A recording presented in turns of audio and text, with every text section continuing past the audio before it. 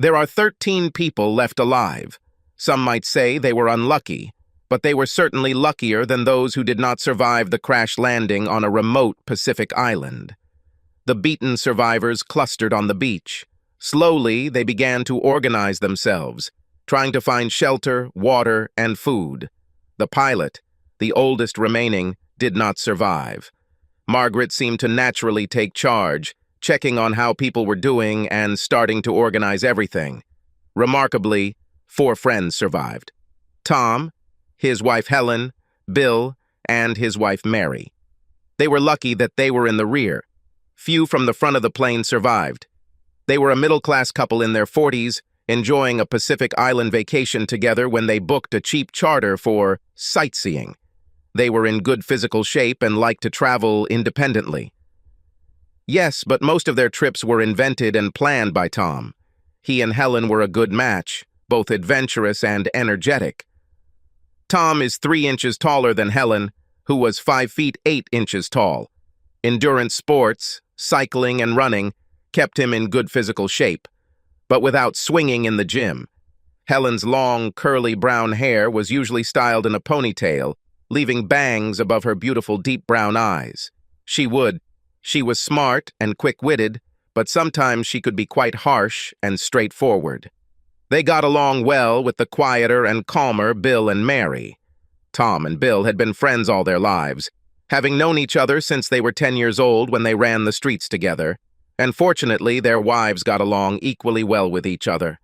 Bill was fit, played golf, and did activities that didn't require much effort.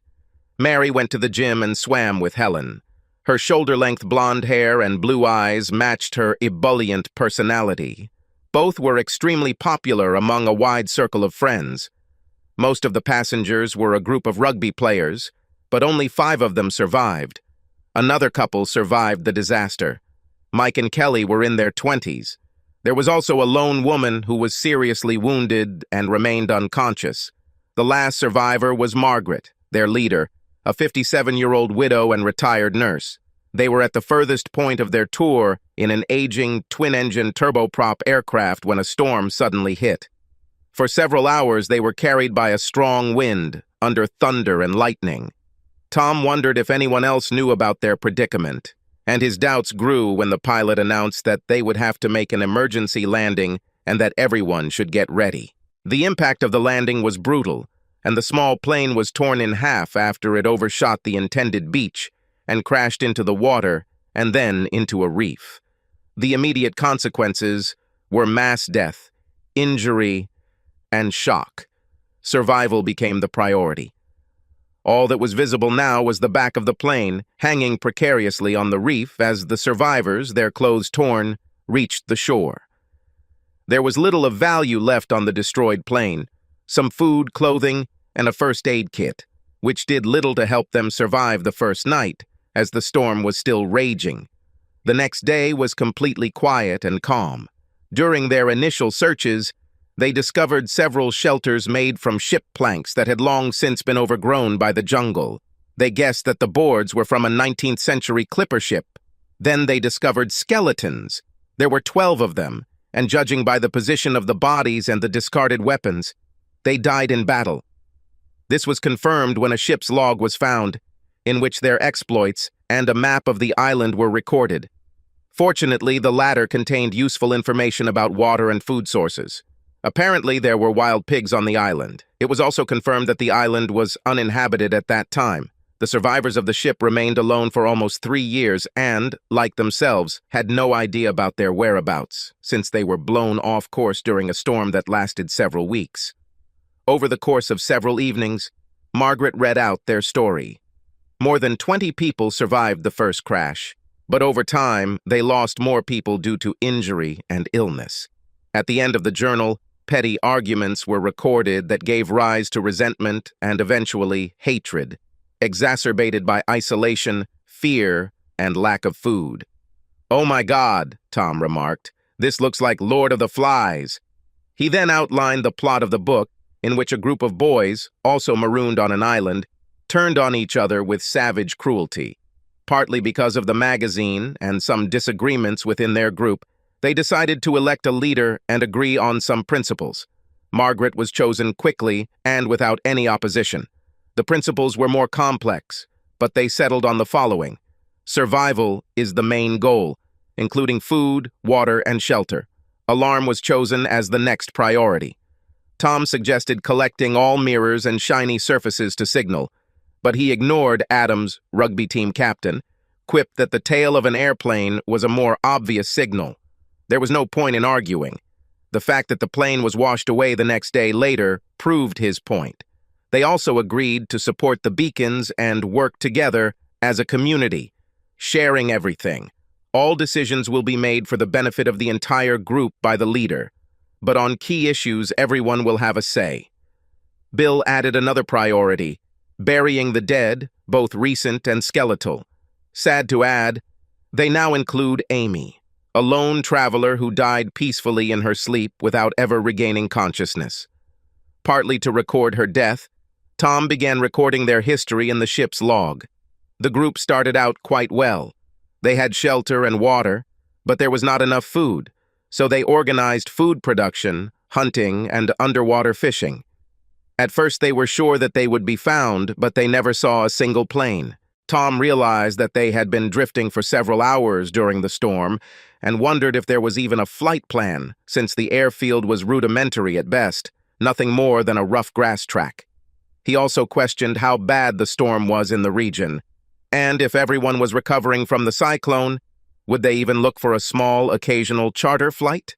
However, I decided to keep this information to myself.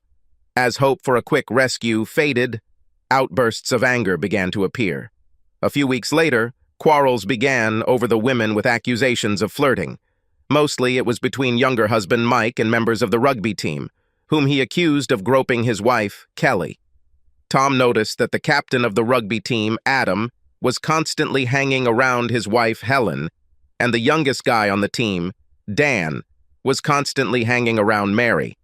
He tried to quietly inform Helen of this so as not to start another argument. She was rather dismissive of his concerns. It didn't help that their clothes were becoming more and more threadbare, revealing quite a bit of bare skin. Things came to blows when Zach, one of the rugby players, punched Kelly's husband Mike, who hit back in a rage. By the time they were separated, rugby player Zach was unconscious and bleeding heavily. Margaret called for restraint, pointing out that they did not have medical supplies and would not be able to treat serious injuries. The rugby players were furious over their friend's injury, and discontent between factions was rapidly growing. It was Adam who explained that they should have everything in common, but there is something that they did not share. The three married guys were furious. It almost came to another fight. Margaret only managed to calm the situation by telling everyone to separate and cool down. Margaret discussed her problems with each of the wives, subtly asking if any of them wanted to offer comfort to the young guys, their testosterone clearly on edge. Helen, as always, was direct and to the point. "Do you mean full-fledged sex?" "I haven't gotten to that point yet. We're just exploring all the possibilities. Our husbands will never tolerate this." Mike might give in to Kelly. He didn't want to hurt Zach at all. Opinions were divided and no decision was made. "Try mentioning this to your husbands. Let's see what they say. Expect them to be against it, but read between the words to see if there is any hidden recognition of how precarious our position is." The ensuing discussions led to nothing other than increasing tensions. They discussed the matter again in a meeting with everyone present. Adam demanded, due to the importance of the issue and the current impasse, that a vote be held. Margaret agreed, but only to see how things were going. All women had a choice in this matter. 4 young boys voted in favor of comfort sharing, as it was phrased, and 3 husbands voted against it. Mary and Kelly also voted against it. Everything is almost decided, Tom thought, but was completely stunned when Helen voted yes. He looked at her in complete bewilderment. Since Zach was unable to vote despite Adam's statement that he would be in favor, Margaret now had the deciding vote. Margaret noticed the tension and insisted that everyone consider their votes, as nothing would happen for several days. "I would encourage you all to discuss the possible consequences. Our continued survival depends on it." Helen tried to explain, her voice to Tom. This is serious, we are already quarreling, and everything can only escalate. Zach may not survive what you think will happen if he dies. Compared to this, a small affair is nothing. This is funny. They are half your age. This will cause even more quarrels and resentments, and you seem to be to carry it away. Look around, Tom. There's no one their age here except Kelly, and she's already having to deal with everyone fighting over her. It is natural that they need female company. At their age, they should be dating, and they have not gone on a date for several months. We are lost and trying to survive. In this situation, social norms do not apply. Who knows when or even if we get off this island? You can't expect 20-year-old guys to suddenly become celibate indefinitely. How convenient for you. We can't expect it, but it looks like we can throw away the vows we made to each other. It's only a big problem if you make it so. This doesn't mean I think less of you. But you didn't think that I could think worse about you, my future unfaithful wife. Of course, I thought about it, but I know that you understand my reasons and are strong enough to cope with the situation. What will happen if Adam demands to take power? You won't be able to fight everyone. We need a way to appease them. Margaret spoke quietly with Kelly and Mary, asking about the consequences depending on how the vote went. Specifically, whether they would agree to make a group decision on an issue that they, as individuals, had every right to reject. This was not a decision she wanted to force on the wives. A few days later, Margaret appeared before the group. As I already explained, we cannot afford to get injured. Even minor cuts and bruises can become infected and fatal. We have no effective medicine and nothing that would help Zach recover. I talked to all of you young guys. You admitted that you were upset and angry, not knowing how long we would be here. We cannot ask you not to be attracted to the opposite sex, and you do not have the opportunity to do what comes naturally now. We must accept that this is an isolated, emergency situation. In this environment, normal expectations and boundaries no longer apply. We have a different type of community where we have agreed that everything is shared and we take care of all of us as a group. The arguments were still the same ones Helen had given earlier. Tom wondered if they had gathered together to agree on their script. I'm glad to offer myself, but I understand that at 57 years old, I may be unattractive to young men. I think I would make the same offer if I were younger and in your shoes. You know, I was pretty sexy back in the day. She added the last comment, trying to bring a little humor to a difficult situation. Greg, one of the young guys, burst into the conversation. I would like to accept this offer, and I think that you are still very attractive, and I really appreciate that you are willing to do so. It would be an honor for me. Margaret smiled. Thank you, I agree. And if and when Zach gets better, I will take care of him too. There remained an equal number of wives and unmarried men. The math and conclusions were obvious. One at a time. Mary tried to suppress her feelings of panic. Now everything was becoming too real.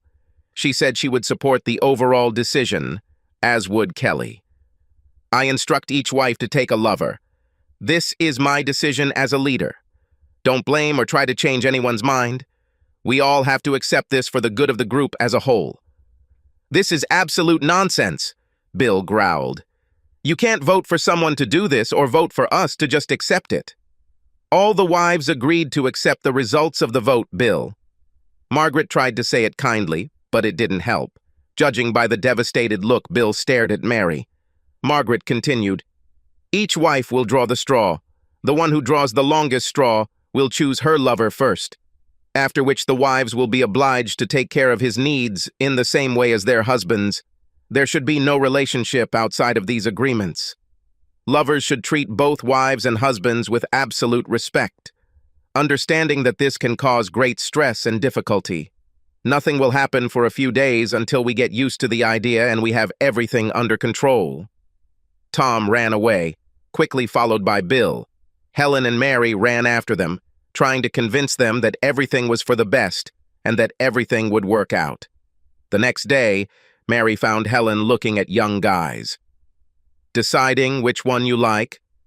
Life on the island seemed ordinary to Helen, and she was forced to admit that she liked looking at young guys. They are all in such good physical shape, with developed muscles and tone. The idea of taking care of some of their needs seemed very attractive.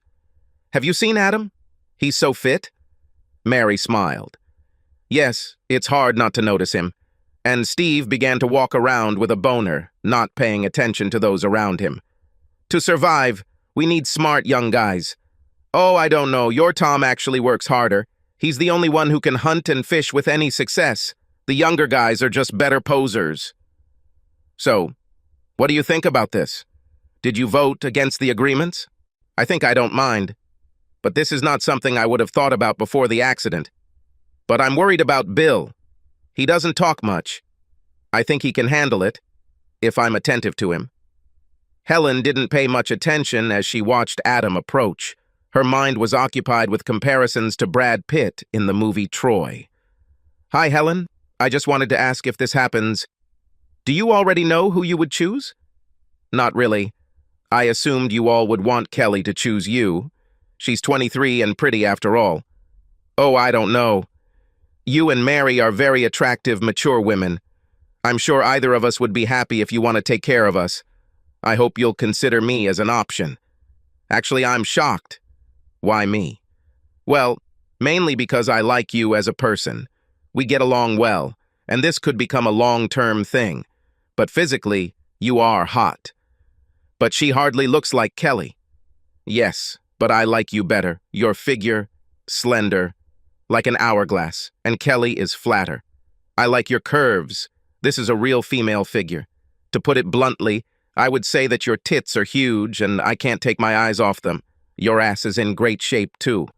One thing I can say for sure, I would love to take possession of you." Adam laughed to himself and added, "I like your eyes and face." The next day, Adam was at the stream completely naked and washing himself when he saw Helen approaching. She stood spellbound. Adam smiled, allowing her to clearly see himself in all his glory, and finally Helen averted her eyes and disappeared. At the same time, Mary was talking to Dan. "Can I just say that if this happens, I hope you will consider me?" Mary was puzzled. "I'm much older than you. How old are you, 25? 23. But I like you. I really like you. You're funny, easy to talk to, and so caring. You and Margaret are the glue that holds us all together." "Oh, yes. I didn't know you thought of me like that. There is one more thing. You are a confident, experienced woman, and I think that you could guide me." "Lord, I'm not a sex therapist or a teacher." "Sure?" Mary laughed. "Oh, you are an impudent one." Subsequently, Mary thought about it. After all, she is an experienced married woman, and Dan is so young.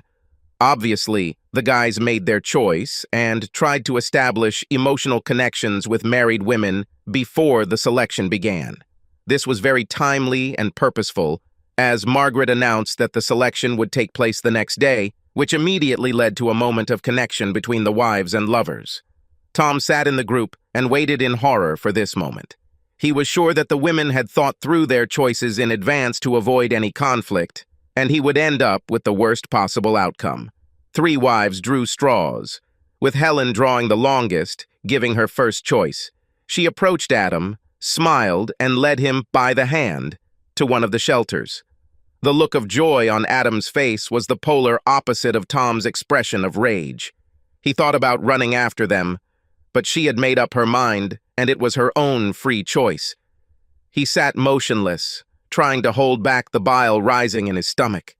Mary came next and chose Dan. She nodded to him but did not move to go with him. Kelly remained Steve. Mary turned to her husband, Bill. "Why don't you, Tom and Mike, go and wander around? It will be easier."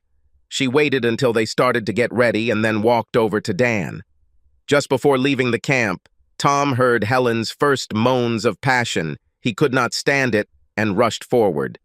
When the husbands returned about an hour later, everyone was sitting around the fire except Helen and Adam. Mary tried to stop Tom as he approached the shelter. "Tom, don't—" He looked inside and heard muffled conversation. "You like what's going on, don't you, Helen?" "Yes, I like it." "Whose are you now?" "Yours, all yours, beloved." Tom turned, picked up his backpack, and left the camp. The rest of the camp looked at each other awkwardly, but realized that it was better not to try to stop him. Eventually, Helen and Adam left the shelter and returned to the fire. Noticing Tom's absence, Helen looked at Mary.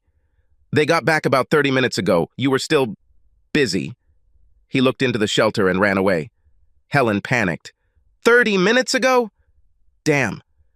"What's the matter?" Mary asked worriedly. "I said something, and if he heard it, then everything is bad," Adam intervened, placing his hand on Helen's thigh. "Don't worry, Helen. He must accept the new order of things. And if he doesn't accept it, that means we'll have more time." Helen ignored Adam, thinking that it was idiotic of her to get carried away and have a third round with him, and even more foolish to engage in conversations about sex. The first time was frantic and fast. The second was calmer, but no less exciting. She was amazed when the third one started, and it seemed like they were having sex forever.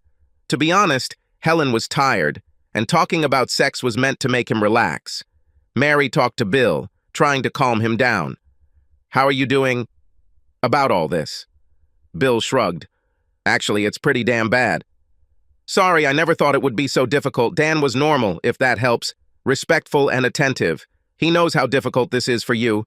We didn't have sex. I just offered him some release." Bill looked at her in confusion. "We kissed. We thought it would be easier to wait until you went hunting."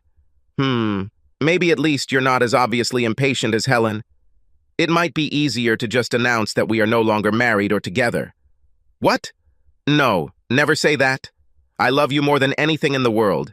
Nothing will change that. It will just help us survive. If the group breaks up, we will become like those skeletons, turning on each other. Don't be so sure that your decisions won't lead to this, Mary." This pent-up anger goes both ways. Tom didn't return that night, despite what the young boys thought. Tom was more competent than any of them, but his current mental state could be guessed. Despite her worries, Helen allowed Adam into bed with her again that night. His toned body was simply irresistible. Mary spent the night with her husband Bill and tried to warn her friend to focus on her husband. When Tom did not return the next morning, they decided to send search parties. Tom hunted for 2 days and for the first time did not return to camp with the results, but alone, enjoyed the sweet taste of a wild pig. He heard the search parties and easily bypassed them, returning to the main camp. Unfortunately, Helen was there waiting for him, alone. Seeing him, she lowered her eyes. He paid no attention to her and sat down by the fire. She asked if they could talk. Tom thought that sooner or later this would happen. "I regret the way I treated Adam. It was more harsher than I wanted." "Wow, sincere apologies," Tom chuckled. "And then we got carried away, and I didn't want you to see or hear this." "No, I think you wanted to maintain intimacy for your young boyfriend, whom you have been pursuing for several weeks, and who now owns you." Helen closed her eyes as she heard the echo of her own words. "Come on, Tom. Grow up. You know that this is all talk, part of increasing desire and arousing someone. All this is nonsense, and his pride requires feeding. You know what, Helen? I don't believe a single word you say anymore. Look at me, Tom. I'm already over 40. In the real world, I wouldn't have this chance. What if it was Jennifer Lawrence or Scarlett Johansson dropped in here and they needed sexual release? Would you actually say no or secretly satisfy them? Which would be even worse. Maybe you just don't know me as well as you think. But let's say you're right, and I couldn't resist. I wouldn't rub it in your face. You barely waited until you had your first choice. I didn't leave you, but I admit that I got carried away. Forgive me. Why him? He's such a moron, an arrogant jerk and pretty useless in terms of helping us survive. He can't do a damn thing. Your sex with him is not for the sake of survival, but only because you wanted it. You clearly don't regret doing this. You're just sorry that you seemed too keen. Well, yes, there is probably something in this. I'm not going to pick the smallest, least attractive guy to boost your ego. I like Adam, and you have to accept that, and accept that this is a different reality. So what? There won't even be an apology? I just have to come to terms with it? I think then it's clear to me where I am. Eventually, the others returned to camp. Margaret talked to everyone, trying to forestall the inevitable discontent and anger. She thought that if they could survive the next few days, everything would calm down. She was furious with Adam and Helen. Their actions jeopardized the entire plan. Now Tom is a problem. He sits a little away from the group and only Bill seems to be able to get him to talk. Margaret announced that they needed to agree on some rules to ease the tension caused by the implementation of consolation. She continued, "The wives said that at home they have sex once or twice a week, so they have enough time to console their lovers without compromising their husband's routine. So we get 2 days, and they get 5? Bill shouted. "No, we were thinking about a couple of days with each partner and breaks between them for the sake of rest." Kelly laughed. "Yes, we may need a few days of rest." None of the guys laughed, and Kelly continued, "Come on, if it's unpleasant for all of us, then what's the point? We should just have fun and not worry about it. In the real world, we wouldn't do this, but here it's just release, not love or a relationship."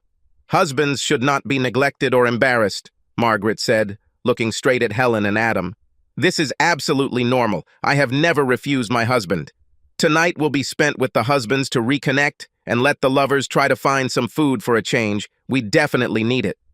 The couples themselves will agree, and if they don't agree on something, I will be the arbiter." Tom tried his best not to, but he couldn't stop himself from having sex with Helen. The sensations were completely different, as if you were sleeping with a stranger. The sex was rough. It was definitely just sex, and not lovemaking. The sights of Helen with Adam and her words tormented him. He was completely at a loss, and Helen felt it. "You know that I'm yours, don't you?" "I don't like him." "You have never felt less than mine, Helen." "I am yours forever. Please don't doubt it. How do you want to organize our time together?" "You just can't wait. Do what you want. I will often go hunting." "Don't be like that. We have to deal with this. You're still my priority." Helen dropped the subject, hoping that Tom would calm down, and wishing she had followed Mary's example and been more delicate. When she woke up the next day, Tom was gone. She thought he would calm down soon, although the lack of communication with her husband the previous night had worried her. Tom stayed away from the camp. Without the food he supplied, the others began to starve. Eventually, Bill tracked him down and discovered that Tom had built himself a mini-camp. Bill explained the situation. They fished and hunted together. Bill tried to learn and brought food to the camp. While Bill was tracking Tom, Mary was walking along the beach with Dan. "How are things with Bill?" "I think he's coping. I understand that you are not doing this of your own free will, but I want you to like it." "We shouldn't do anything you don't like." Mary smiled at Dan. "You simply charm." She turned and kissed him. It was a hot, sultry kiss, fully exploring each other. His reaction was quite obvious, and Mary felt a sudden excitement before leading him back to the shelter. If Dan expected to see a timid and shy wife, he was mistaken. Mary unbuttoned her blouse, revealing her large breasts. "I saw how you looked at them. Would you like to take a closer look at them?" Mary decided that if she was going to do this, then she shouldn't hold back. Sexually, she was like possessed. "Wow, you are the sexiest woman I have ever known."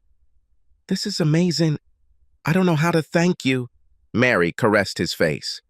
"I think I should be thanking you." Tom turned to Bill. "How do you deal with it, seeing Mary with another guy?" Bill shrugged. "I just try not to pay attention to it. It's easier to cope if you just forget about what could be happening between them. And I can't seem to cope with this at all. Mary makes it easier than Helen. She at least seems reserved and constantly checks on how I'm doing. And our time together seems to be the same." Tom's time away from the group allowed him to explore the island. He made the difficult climb to the highest point and was able to make out another distant island, as well as a spot on the horizon that might just be another island. This made him wonder if their island was part of the archipelago chain. While checking out another cove for potential fishing spots, he saw this. An old dugout canoe made from a tree trunk was washed up on the high tide line. He pulled it out and examined it. It was almost intact, but sat low in the water. Over the next few days, he managed to repair it and make a crude oar. He sailed it towards the main camp, thinking it was surprisingly durable. The others were surprised to see it and rejoiced, thinking that the canoe would improve their chances of catching more fish. Tom and Bill set to work to make better oars, using oars from an old shipwreck. Having finished their work, they tried to fish, each time going further and further.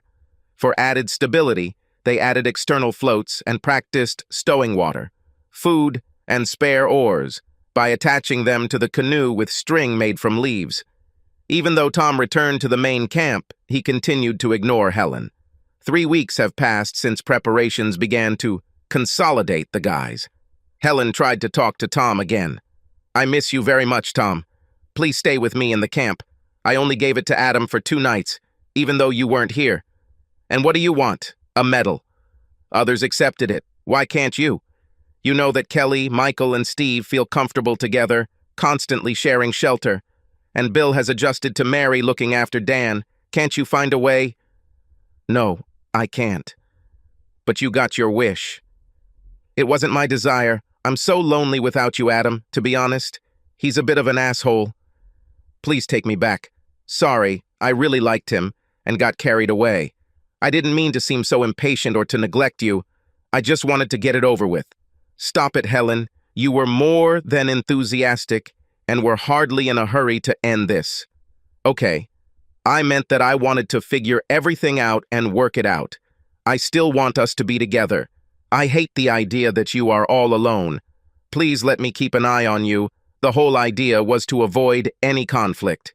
You got what you wanted and you barely thought about me. You treated me like crap. Actually, you shouldn't do that to someone you claim to love. But I love you. I thought you could handle it.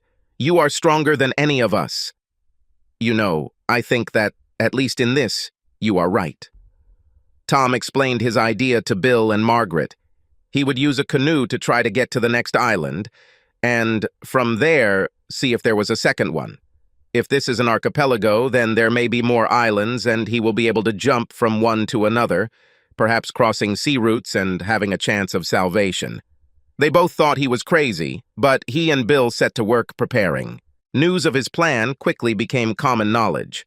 Helen approached Tom as he loaded a barrel of water onto the canoe. "Please tell me it's not because of what I did." Tears were streaming down her face. "This is suicide. Don't go. I'll break up with Adam. I have to try. This place is driving me crazy, and not just me." Tom himself was surprised at how little he now valued Helen's opinion. Once upon a time, he would have done everything not to upset her, but not now. Tom asked Bill to stay and look after their wives. "I suppose they have other men willing to do it." "Maybe, but you and Mary still have something going on, and this one-person thing has less impact. I have a better chance alone. The supplies will last longer." Bill couldn't argue with that logic, but he also understood that his friend was simply protecting him. This attempt was almost suicide. The farewell was emotional. Everyone came, even Adam, although he kept his distance. They hugged him and wished him luck. Tom was even able to hug a sobbing Helen. As he watched Tom slowly disappear, Adam thought it was a win-win. Either they would be rescued or he would have Helen forever, and he was looking forward to their first night together. That thought quickly dissipated as he approached her. "Fuck off. We might as well kill him. He is a better man than you will ever be, and I threw him away."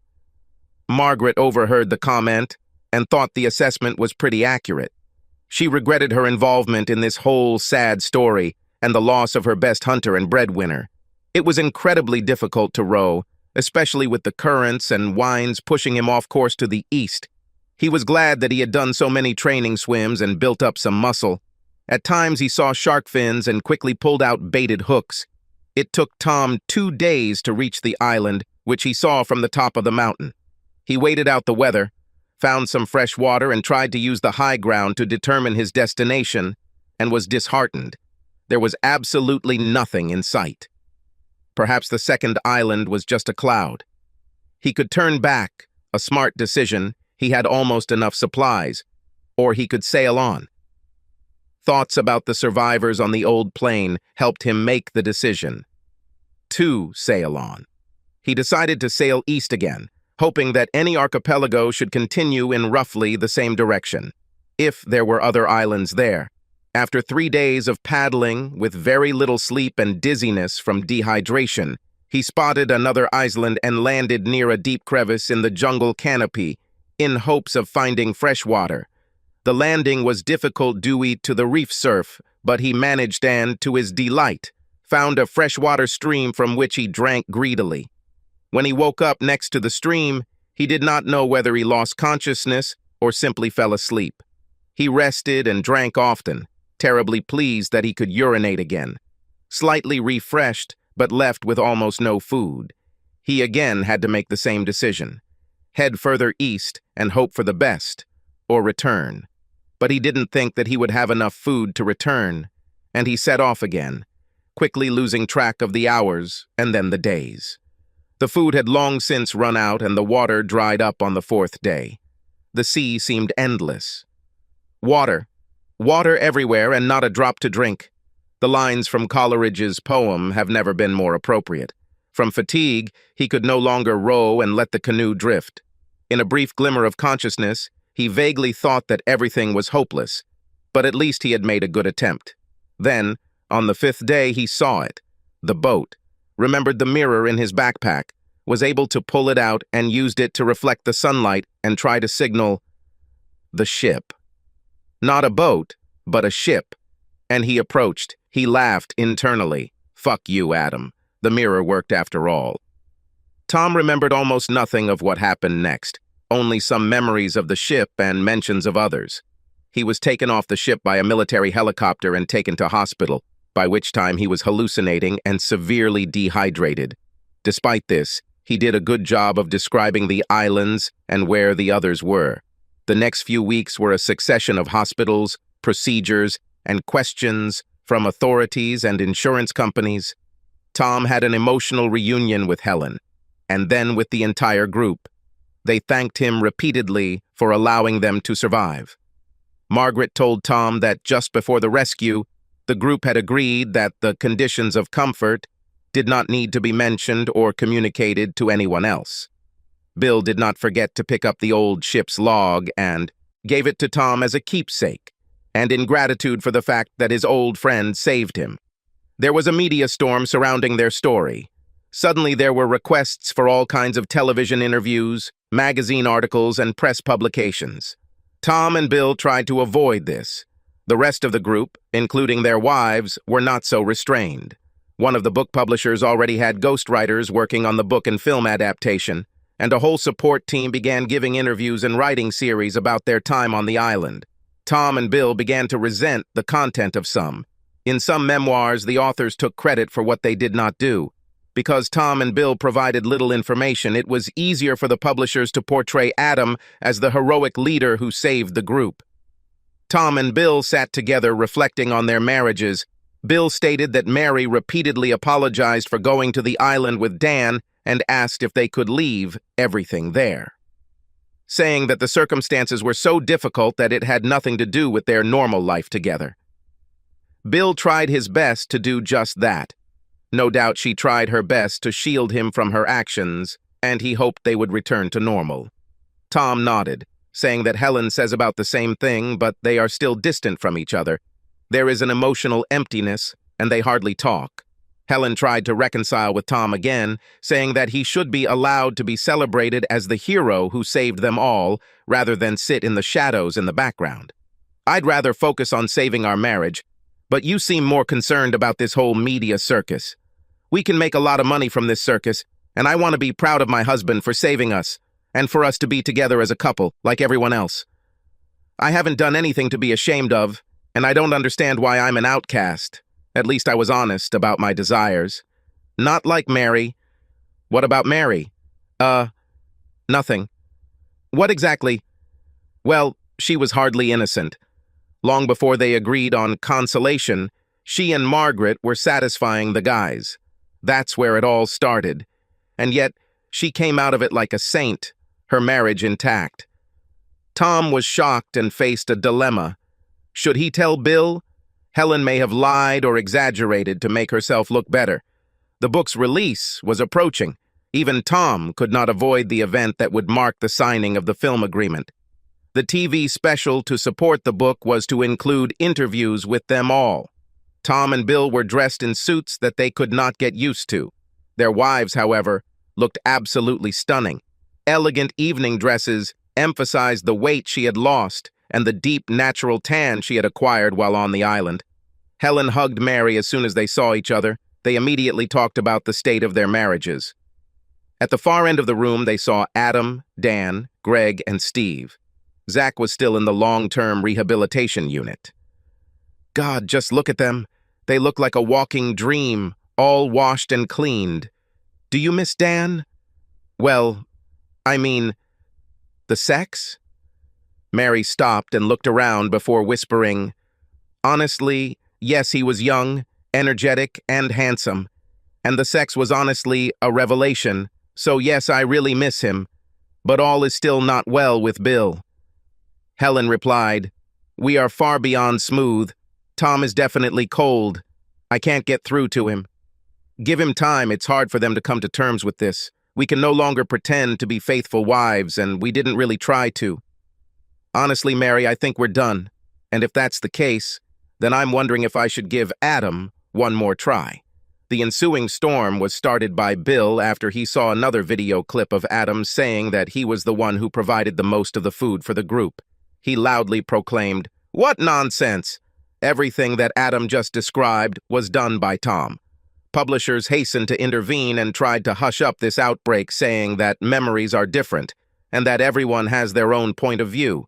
Bill was escorted out, but Adam was furious that he had been exposed. By the time Tom calmed Bill down and they returned to the main room, Adam and Dan were talking to Helen and Mary. Tom approached the small group. And what do we have here? We're just getting to know your wives again. That's right. Maybe we should meet you outside. Come on, Tom, don't do that. We know each other intimately after all. Anyway, we were just asking if Helen and Mary were going to a party at the publisher's apartment.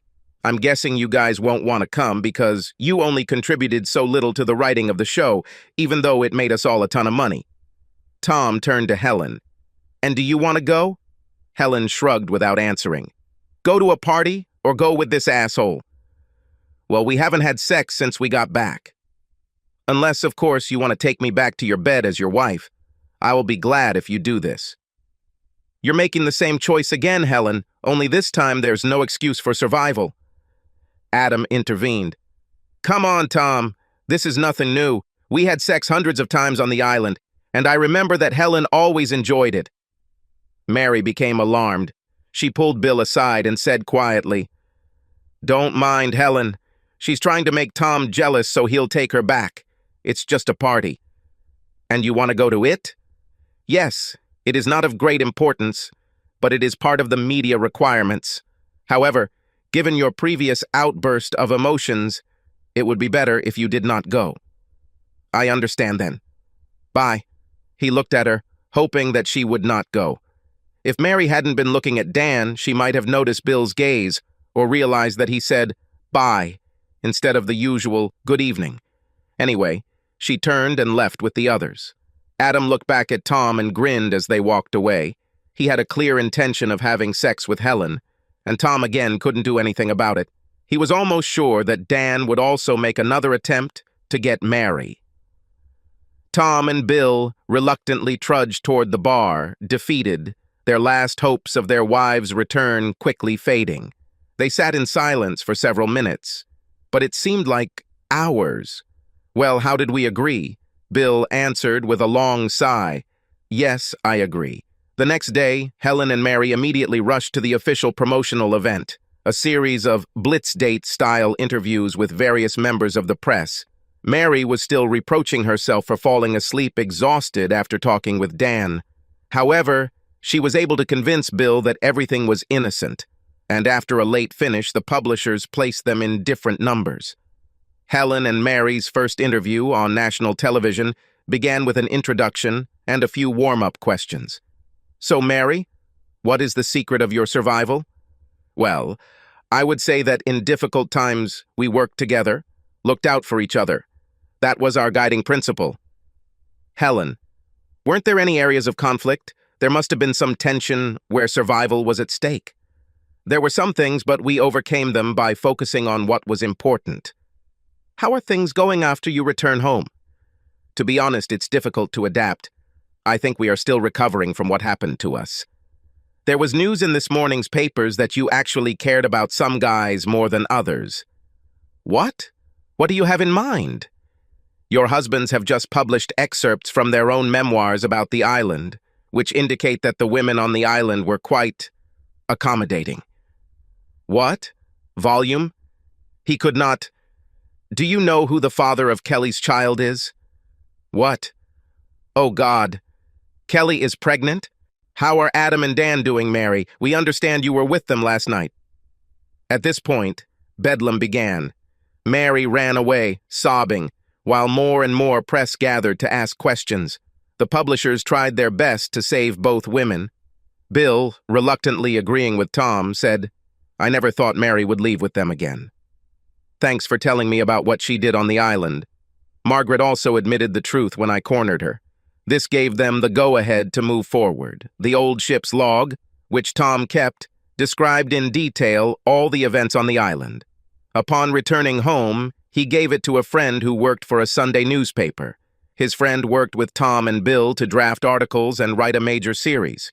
The newspaper was eager to publish the article, especially since it completely undermined the official version of the large publishing house, but they needed confirmation from Tom or Bill. They were worried Tom would pull out, but agreed that holding her back would make the story even bigger. They will be able to take advantage of the official launch advertisement, using it to boost sales with a juicy sensation. Serial publications and short inserts can cost a fortune. Tom held back, worried about Mary and Bill, but everything changed. Mary's decision to go to the party sealed their fates. The true story was revealed as soon as possible. The press speculated about what had happened, and it began to be called Love Island. The wives were ashamed. When Helen and Mary read the newspapers, they cried, "My God, this is worse than I thought. This makes us look like complete sluts." Adam, Dan, and Steve fared no better. By seducing the wife of the guy who saved your life and taking credit for his achievements, they were disgraced and ostracized. Finally, Tom and Bill agreed to meet with their wives on the condition that they signed the divorce papers that the lawyers were working on. "Why did you do this to us, Tom?" "What? Did you tell the truth? You said you had nothing to be ashamed of, and you didn't do anything wrong. So I shared that sentiment. Just like you announced your little vote on the island. Lord Tom, you ruined us, me, Mary, and everyone else. I think I gave you about as much attention as you gave me on this fucking island. I have no sympathy for any of the women or guys who had fun with you while living off our hard work. The only people I cared about were Bill and Mike, and they were okay with it." Mike? What does he have to do with all this?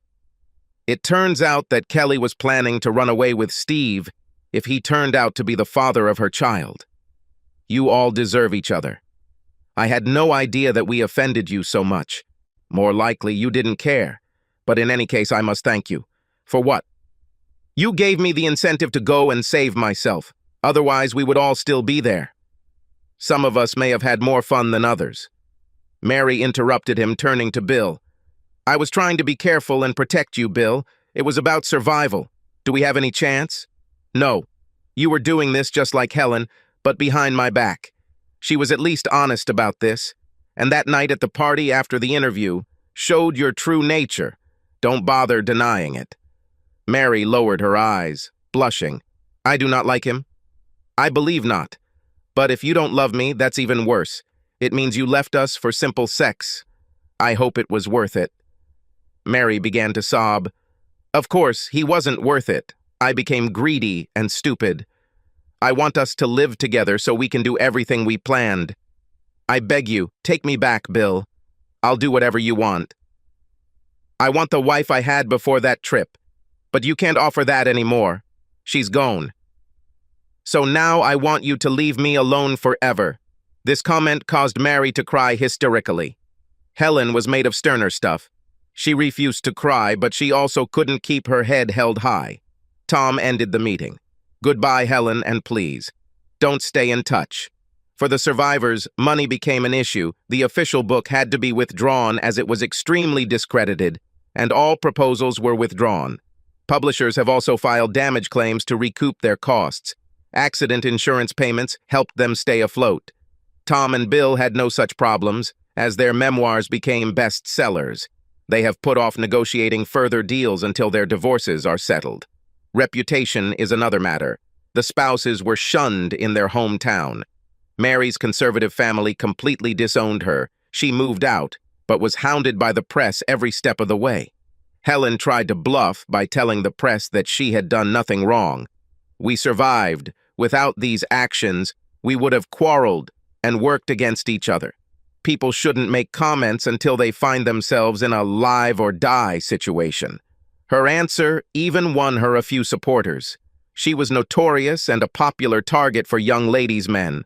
Although no one would risk having the real relationship with her that she craved, she simply couldn't be trusted. Tom and Bill remained best friends and continued their travels. Wealth made life easier, and adventures became more and more, because now neither of them needed to work.